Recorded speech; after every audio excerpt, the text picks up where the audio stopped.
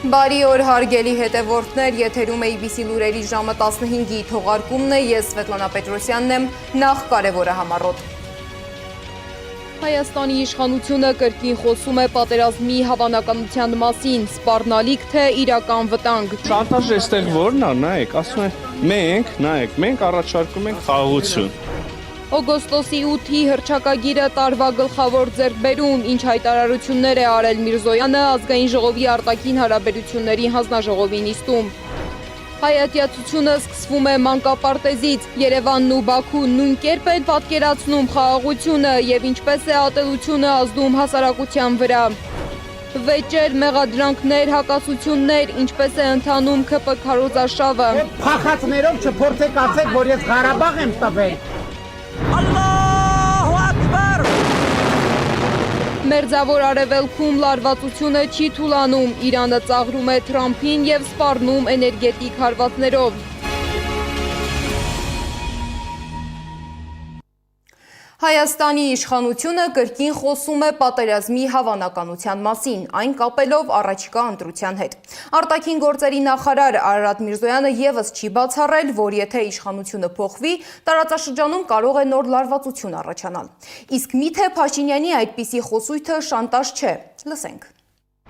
Շանտաժը այստեղ որն է, նայեք, ասում են, մենք առաջարկում ենք խաղաղություն։ Մենք խաղաղություն ենք եւ այո, նենց եղավ, որ ինքը եղավ վարչապետ։ Եվ այո, մենք ասում ենք, մեզ պետքա խաղաղություն, մեր երկրին պետքա խաղաղություն, այլ պայմաններում ուղղակի հավատացեք, մեր խորը համոզմամբ Հայաստանի Հանրապետության ոչ թե հաջողությունը, ոչ թե զարգացումը, այլ Հայաստանի Հանրապետության որպես անկախ պետություն գոյությունը ինքնին կհայտնվի մեծ կասկածի տակ։ Եվ այս մի առաջարկն է քաղաքացիներին, եւ կա զուգահեռ առաջարկը, չէ, մեզ այս Հայաստանը ընդհանրապես պետք չի, սա մենք թքած ունենք սրա վրա, մեզ պետքա չգիտեմ ինչ Հայաստան։ Այսի շանտաժա դա, սա շանտաժ չի, սովորական։ Նման խոսույթը առաջինը շրջանառության մեջ էր դրել վարչապետ Նիկոլ Փաշինյանը։ Նա վերջին շրջանում մի քանի անգամ հայտարարել է, որ եթե ընտրությունում հաղթի ընդդիմությունը, տարածաշրջանում կարող է պատերազմ սկսվել։ Վարչապետը երեկ եւս կրկնել է այդ միտքը։ Ելնելու է պատերազմ սեպտեմբերին ու աղետաբեր պատերազմ։ Եթե քաղաքացիական պայմանագիր կուսակցությունը սահմանադրական մեծամասնություն չեմ ասում ընտրություններում հաղթի։ Ոնց ուզում եք ինձ ասում եք 18 տվին գայր ասեի, հիմա ասում եմ շատ ուղիղ ասում, չնայած հիմա այս մթնոլորտը նաև ասում եմ հանդարտ, որովհետև գիտեմ, որ դա իրողություն է։ Մենք ժողովուրդը ստանալու է սահմանադրական մեծամասնություն։ Փաշինյանի երեկվա աղմկահարույց եւ լայն քննարկումներ առաջացրած հայտարարություններին դեռ կանդրադառնամ։ Իսկ նախ տեսնենք, թե ազգային ժողովի արտաքին հարաբերությունների հանձնաժողովի նիստում ինչ հայտարարություններ է արել Հայաստանի գլխավոր դիվանագետը։ Արտաքին գործերի նախարարը խոսել է Հայաստանի եւ Ադրբեջանի միջև խաղաղության հնարավորությունների մասին։ Միրզոյանի խոսքով միջազգային երաշխիքները միշտ չէ, որ ապահովում են իրական խաղաղություն։ Ըստ նրա պատմության մեջ բազմաթիվ օրինակներ կան, երբ խաղաղության պայմանագրեր ունեցել են երաշխավորներ, բայց այդուամենայնիվ խախտվել են։ Նրա համոզմամբ կայուն խաղաղությունը հնարավոր է միայն այն դեպքում, երբ այն շահավետ է հենց հակամարտության կողմերի համար։ Այս դեպքում Հայաստանի եւ Ադրբեջանի ասել, որ բոլոր հարցերը հարթված են, ոչ մի խնդիր չկա, բոլորովին անամպ է, ուրեմն Հայաստան-Ադրբեջան խաղաղությունը, կլինի մեծ չափազանցություն, ի վերջո տասնամյակների կոնֆլիկտ է եղել, ի վերջո այդքան արյուն է հեղվել, այդ վերքերը դեռ թարմ են, ի վերջո դեռ մենք ունենք ուրեմն պահվող անձինք Բաքվում, բանտերում, դեռ կան բազմաթիվ հումանիտար բնույթի հարցեր, այդ թվում եւ անհետ կորածների ճակատագրերի բարձրաբանում եւ այլն հոգեբանական մեծ տրավմա, որ շատ հասկանալի են հասարակություն դեռ ունի, բայց ես գոհունակությամբ կարող եմ տեսնել, որ ագրեսիան եւ միմյանց նկատմամբ թշնամությունը երկու հասարակությունում են եւ երկու երկրների իշխանությունների նաև ներկայացուցիչների տեքստերում աստիճանաբար նվազում է, սա հեշտ ճանապարհ չի, ոչ ոք չի կարող պնդել, որ հեշտ է, բայց մենք հաստատակամորեն պետք է շարժվենք այս ճանապարհով եւ մի օր կունենանք հուսով եմ վերջնական նույնիսկ եւ այդ թվում նաեւ հոգեբանական հաշտեցում երկու հասարակությունների միջև։ Իսկ ինչպիսի խաղաղության մասին են խոսում Երևանն ու Բաքուն։ Հայաստանն ու Ադրբեջանը արդյոք նույն կերպ են պատկերացնում խաղաղությունը։ Խաղաղությունը չի սկսվում միայն բանակցությունների սեղանից, այն սկսվում է հասարակության մտածողությունից։ Եթե մի երկրում տարիներով պետական մակարդակով քարոզվում է ատելություն, ապա այն դառնում է կրթության, մշակույթի եւ նույնիսկ հերոսության ընկալման մաս։ Ինչպես է այդ ատելությունը ձևավորվում եւ փոխանցվում հասարակությանը, մանրամասները ռեպորտաժում։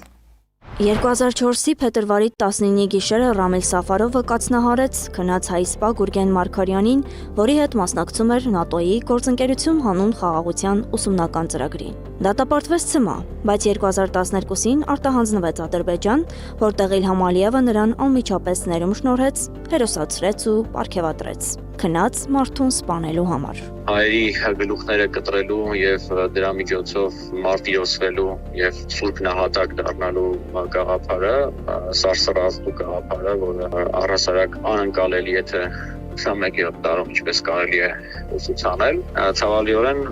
մաս է կազմում այն, եթե կարելի է այդպես կոչել, իհարկե ուսումնական process-ների, որոնք իրականացվում են թե հանրակրթական դպրոցներում, թե ռազմական ոլորտում։ Այս դեպքից անցել է ավելի քան 20 տարի եւ Ադրբեջանում ոչինչ չի փոխվել։ Հակառակը, ավելի է սրվել ատելության քարոզը, որն ունի ամուր դրված հիմքեր։ Մի պատմություն է պատմում կովկասագետ Հովիկ Ավանեսովը, որն իրեն է փոխանցել մեր հայրենակցուհիներից մեկը։ Դերևս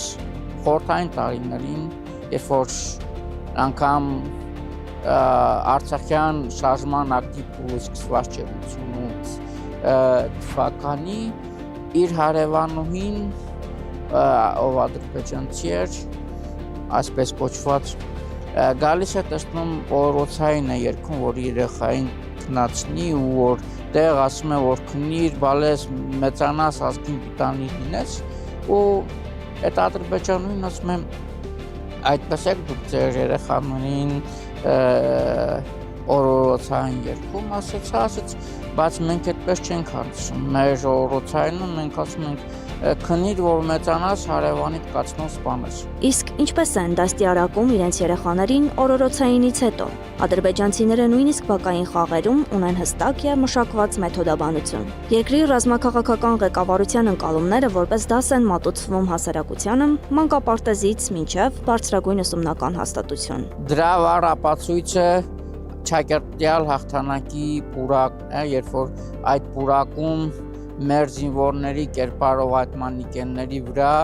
փոքր երեխաներին սովորեցնում էին հային սպանել։ Երբ որ հատուկ տեխնիկներ ունեն, որ այդ հայերի ցեղասպանությունը բակային խաղի ընթացքում դեռևս 1950-60-ական թվականներից խորհրդային տարիներից սովորեցնում էին։ Ադրբեջանագետ Արմինե Ադիպեկյանն ասում է, այս թեմային նվիրված աշխատություններ ունի եւ ընդհանուր եզրակացությունը մեկն է։ Ադրբեջանում միանգամայն այլ պատմություն է մատուցվում։ Օրինակ է բերում մի ադրբեջանցի աղջկա, որն արտերկրում սովորելիս բացահայտել էր այդ կեղծիքը։ Այսինքն առաջին անգամ իմացել, որ հայերի մասին ասենք դերելա Ռամոնը կամ Պլուտարխը։ Ինքը առաջին անգամ իմանում, որ բարեկ պատրա, որ մեծ հայքը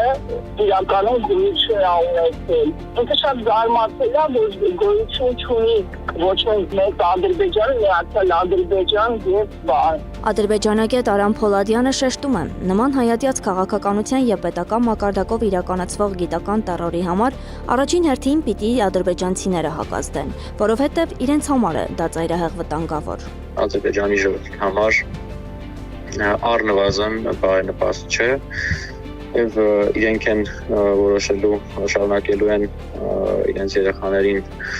գիտական տերորի ենթարկել եւ չունենալ խաղաղություն եւ թե հակառակը։ Ադրբեջանցիները չգիտեն եւ չեն էլ ուզում իմանալ, թե իրականում ինչպիսին են հայերը, ասում են զրուցակիցներս։ Նրանք կուրացած են այն ատելությամբ, որը սերմանվում է սկսած մանկական հեքիաթներից մինչև համալսարանական դասագրքեր։ Եվ բացարձակապես ոչինչ չի փոխվել պատերազմից ու այսպես կոչված խաղաղության օրակարգից հետո։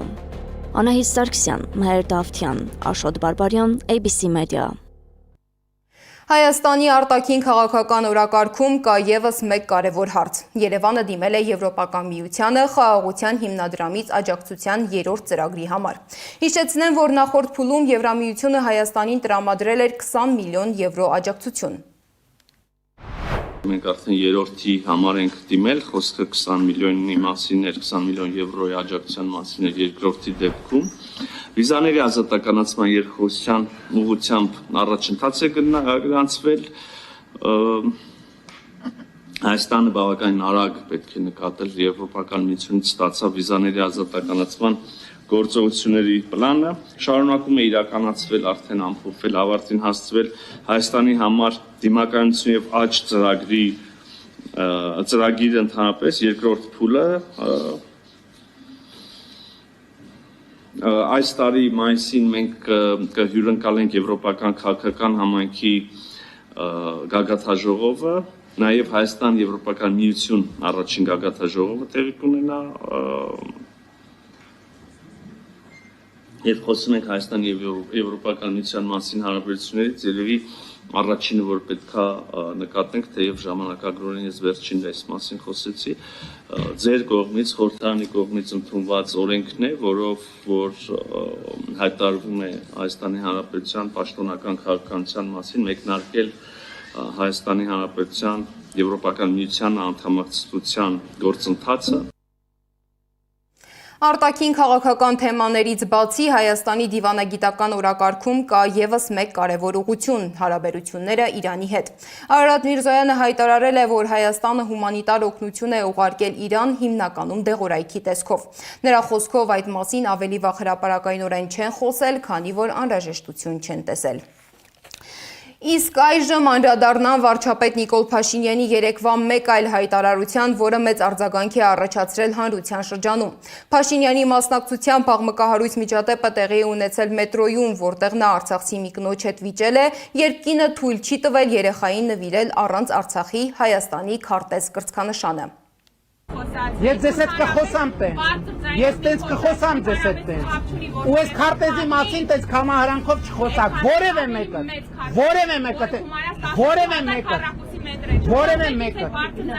կխոսեմ տենց ես հետ բարձր, ուրեմն մյուս անգամ չփորձեք ասեք, որ փախածներով չփորձեք ասեք, որ ես Ղարաբաղ եմ տվել։ Պարզվում է կինը, որի հետ վիճել էր Փաշինյանը, 1993 թվականին Արցախի ազատամարտում զոհված հրամանատար Մերուժան Մոսյանի դուստրն է, Արմինե Մոսյանը։ Մերուժան Մոսյանը եղել է Մարտունու 26-րդ մոտոհրաձգային գումարտակի հրամանատար, Հույդա Արցախի կենտրոնական կայանի անդամ, կոմիտեի անդամ։ Հետմահու պարգևատրել են մարտական խաչ առաջին աստիճանի շքանշանով։ Իդեպ միջադեպից ժամեր անց Փաշինյանը հերքել է իր խոսքերը, նշելով, որ բացառվում է, որ զոհվածի դստեր հետ այդպես խոսած լինի։ Վարչապետ, այսօր զոհվածի աղջկա եք ասել թախած մետրոյի մեջ, ինչպես կմեկնաբանեք։ Ինչ եմ ասել։ Բացառված է, որ այսպես բան ասել։ Չասեցիք փախածներ, զոհվածի աղջկա եք ասել։ Ես տենց բան չի կարող ասել, եթե տենց անկալվել, սխալ անկալվել, եթե ինչ-որ մի բան նեն չեմ ասել, ներողություն։ Հերքելուց հետո երեխայի ներկայությամբ Արմինե Մոսյանի վրա բղաված վարչապետն ավելի ուշ ներողություն է խնդրել, նշելով, որ չափազանց էմոցիոնալ է եղել։ Փաշինյանը գրել է, որ պատրաստ է անձամբ հանդիպել արցախցի կնոջ հետ եւ ներողություն խնդրել։ Հարգելի Տիկին Մոսյան, ես ձեզնից եւ ձեր որդուց ներողություն եմ խնդրում այն էմոցիաների համար եւ հույս ունեմ, որ առիթ կունենանք նորից մետրոյում կամ որևէ տեղ հանդիպելու ու հանգիստ խոսելու։ Իմիջիալոց ես կուզենամ այդ խոսակցությունը տեղի ունենա եւ ես ուզում եմ, ես գիտեմ, որ դուք կմերժեք եւ հետեւից երկու կոպիտ բառել կասեք, ես դա ընդունում եմ խոնարհությամբ, բայց եթե հանկարծ ձեր մտքով անցնի, որ արժի, որ մենք սենց տեսախցիկը չէ, հեռախոսը կամ եթե կուզեք տեսախցիկը դնենք, հանգիստ պայմանավորվենք առանց էմոցիաների խոսենք, ես իմացեք, որ ձեր տրամադրության տակ եմ։ Միջադեպին անդրադարձել են բազմաթիվ գործիչներ եւ քաղաքացիներ։ Արցախի մարդու իրավունքների պաշտպան Գեգամ Ստեփանյանն ընդգծել է, որ պետք չէ քարտեզը վերածել մանիպուլյացիայի գործիքի։ Նրա խոսքով մարդկանց սրտերում եւ ձգտումներում կա մեկ այլ քարտեզ, ոչ թե պատրանք, այլ բնական եւ արդար ձգտում վերադառնալու այնտեղ այն հայրենիք, որտեղ ծնվել են, ապրել ու արարել։ Միջադեպը քույրեր եւ եղբայրներ հռետորաբանության լիակատար մերկացումներ։ Մի կողմից ստեղծվում է հոգատարության շղարշ, իսկ մյուս կողմից համակարգված թիրախ են դարձնում եւ պիտակավորում են տեղահանված մարդկանց, նրանց կարծիքը, նրանց զգացումները, ցավն ու արժանապատվությունը։ Իրավապաշտպանական տեսանկյունից այստեղ խոսելու նյութը չափազանց շատ է։ Ասվել եւ ասվելու է, բայց նույնիսկ այս ամենն ասելուց հետո մնում է ծանր լռություն, որովհետև երբ մարդկային ցավը չի ընկալվում, երբ կատաղի ու ամբարո պայքար է տարվում մարդու հիշողության եւ բնական ձգտումների դեմ, բառերը հաճախ կորցնում են իրենց ազդեցությունը։ Միջադեպին անդրադարձել է նաև Հայաստանի մարդու իրավունքների պաշտպան Անահիտ Մանասյանը։ Նա կոչ է արել բռնի տեղահանվածների եւ փախստականների հետ հաղորդակցվել առավելագույն զգայունությամբ, հաշվի առնելով նրանց խոցելի վիճակը։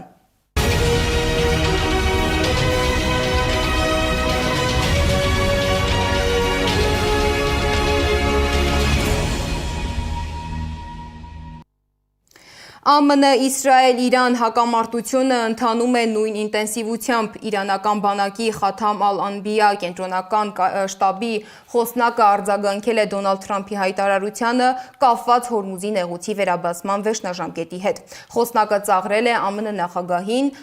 նախագահ Դոնալդ Թրամփին։ Hey Trump, you are fired. You are familiar with this sentence. Hey Trump, դուք ազատված եք պաշտոնից։ Դուք ծանոթ եք այս նախադասությանը։ Շնորհակալություն այս հարցին ձեր ուշադրության համար։ Միաժամանակ Իրանը զգուշացնում է, որ հակամարտությունը կարող է ավելի վտանգավոր փուլ մտնել։ Իսլամական հեղափոխության պահապանների կորպուսը հայտարարել է, որ եթե Իրանի էլեկտրակայանները հարձակման ենթարկվեն, Թեհրանը պատասխան կհասցնի Իսրայելի էլեկտրակայաններին եւ այն երկրների էներգետիկ ենթակառուցվածքներին, որոնք էլեկտրաէներգիա են մատակարարում ԱՄՆ ռազմական բազաներին։ Իսլամական հեղափոխության պահապանների կորպուսը նաև նշել է, որ մինչ այժմ Իրանը չի պատասխանել այն հարվածներին, որոնք հասցրվել են հիվանդանոցներին, օգնության կենտրոններին եւ դպրոցներին։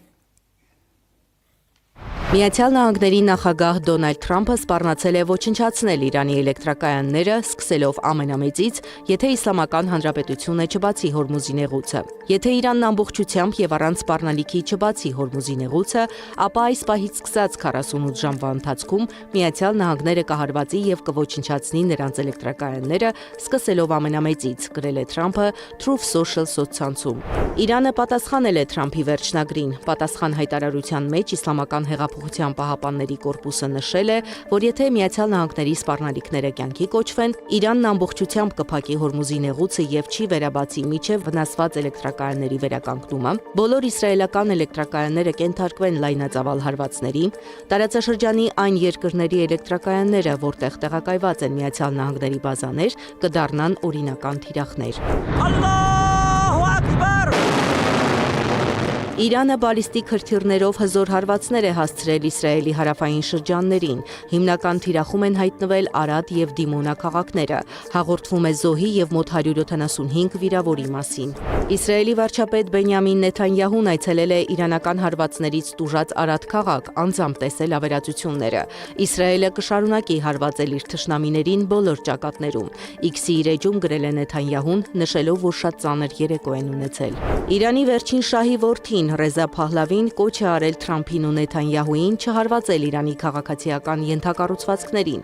Ես խնդրում եմ նախագահ Թրամփին եւ վարչապետ Նեթանյահուին շարունակել թիրախավորել ռեժիմը, միաժամանակ խնայելով այն քաղաքացիական ենթակառուցվածքները, որոնք իրանցիներին անհրաժեշտ կլինեն մեր երկիրը վերականգնելու համար։ X սոցցանցում գրել է նա.